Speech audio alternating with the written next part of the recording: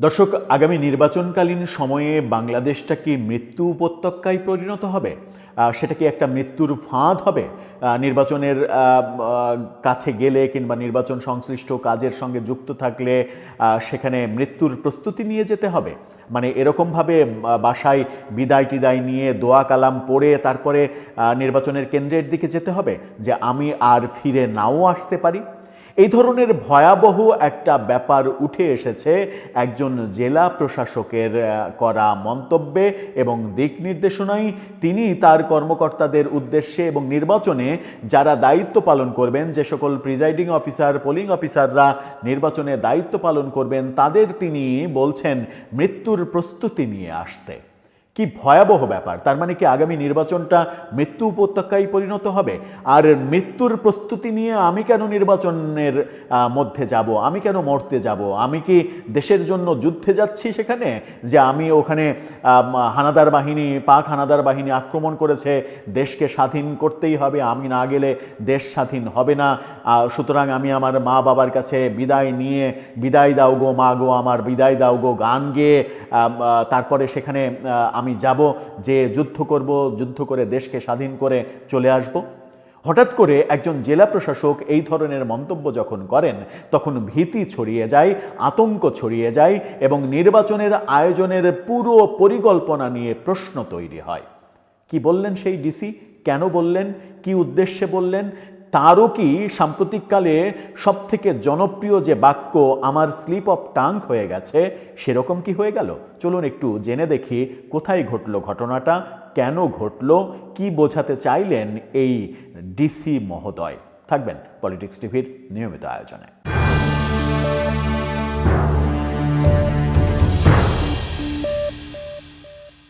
দর্শক, বলছিলাম একজন ডিসির কথা। তিনি বলছেন মৃত্যুর প্রস্তুতি নিয়ে নির্বাচনের কাজে আসবেন এবং সেই খবরটা বাংলাদেশের প্রায় সমস্ত গণমাধ্যমে গত রাত থেকে ভাইরাল হতে শুরু করেছে, সামাজিক যোগাযোগ মাধ্যমে ভাইরাল হয়ে গেছে। একজন ডিসি তার অধীনস্থ নির্বাচনের দায়িত্ব পালন করার জন্য প্রস্তুতি নেয়া কর্মকর্তাদের উদ্দেশ্যে বলছেন, আপনারা নির্বাচনের দায়িত্ব পালন করতে আসবেন মৃত্যুর প্রস্তুতি নিয়ে। কি ভয়াবহ! কি বলছে সময় টেলিভিশন? সময় টেলিভিশন তার শিরোনামে বলছে, প্রিজাইডিং কর্মকর্তাদের ডিসি বললেন মরার প্রস্তুতি নিয়ে ভোট কেন্দ্রে যাবেন।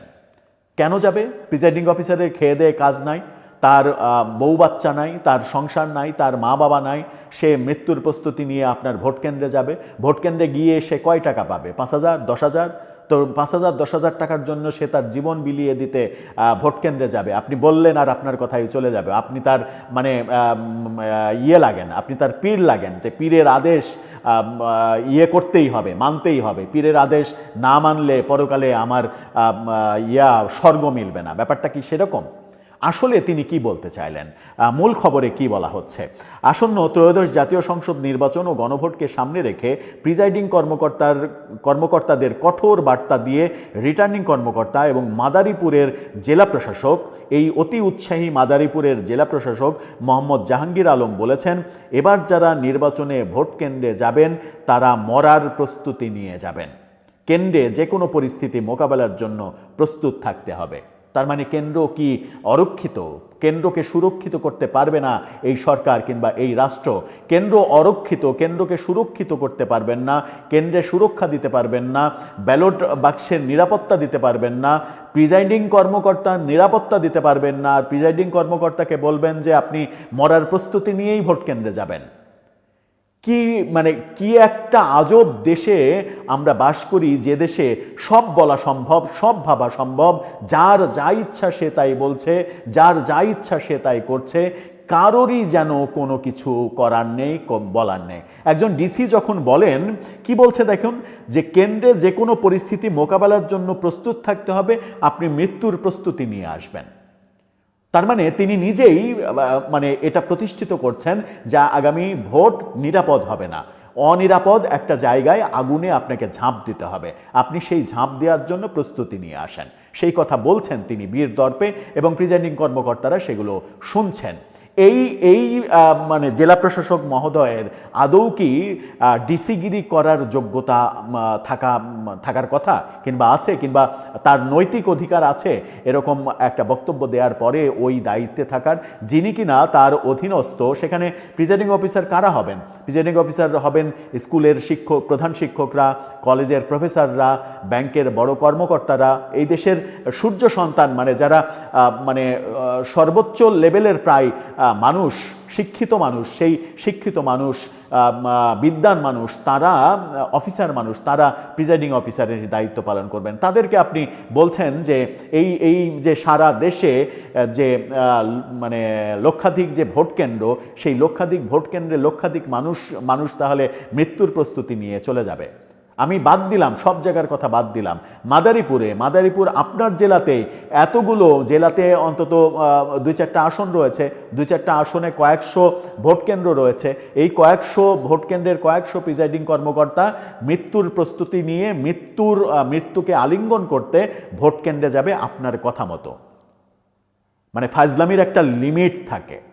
তারপরে তিনি বলছেন যে জেলা প্রশাসক জাহাঙ্গীর আলম বলেন, আগের মতো আর দেশটাকে ধ্বংস করা যাবে না। ভালো কথা, আগে দেশটা ধ্বংস হয়েছে, ধ্বংস করা যাবে না। আপনি আজকে যে ডিসির জায়গায় বসে আছেন, আপনি মৃত্যুর প্রস্তুতি নিয়ে যেতে বলছেন। আগের ডিসিরাও ঠিক এইভাবেই নিজের মন গড়া ভাবে দেশ চালিয়েছে, এভাবেই তো আমলারা দেশ চালাচ্ছে, এবং আমলারা এভাবেই দেশটাকে নিজেদের মতো করে যা ইচ্ছা, যেভাবে ইচ্ছা সেভাবে বর্ণনা করছে, এবং আমলারা সরকারকে যেভাবে ইচ্ছা সেভাবে বোঝাচ্ছে, যেভাবে ইচ্ছা সেভাবে সরকারকে দেশ চালাতে বাধ্য করছে। আগের সরকারের যে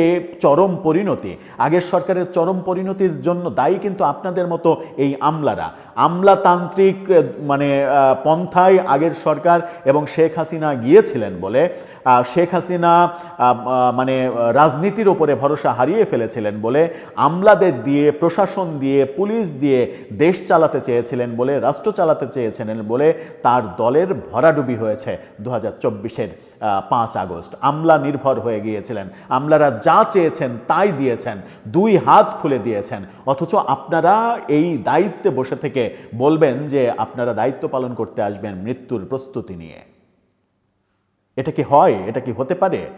যেভাবে আমলারা শেখ হাসিনাকে শেষ করেছে, সেভাবে কি আপনারা প্রতিটা সরকারকে, এই ইন্টারিমকেও বিপদে ফেলতে চান? আপনার এই বক্তব্য প্রমাণ করে যে বাংলাদেশের কোনো ভোট কেন্দ্র নিরাপদ নয়, বাংলাদেশের কোনো ভোট কেন্দ্রে নিরাপত্তা দেয়া সম্ভব নয়, বাংলাদেশের কোনো ভোট কেন্দ্রে প্রিজাইডিং অফিসার নিরাপদ নন। তাহলে প্রিজাইডিং অফিসার যদি নিরাপদ না হন, আপনি যদি প্রিজাইডিং অফিসারের নিরাপত্তা দিতে না পারেন, আপনি তো রিটার্নিং কর্মকর্তা, আপনি তো বসে থাকবেন আপনার জেলা প্রশাসকের চেম্বারে, আপনি তো পাবলিক প্লেসে যাবেন না। তো আপনি অনিরাপদ জায়গায় আপনার অধীনস্থ কর্মকর্তাদের ফেলে দিবেন, আর আপনি নিরাপদে এসি রুমে বসে থাকবেন। এটা কি সার্কাস? দর্শক, আসলে কিছুই বলার নেই।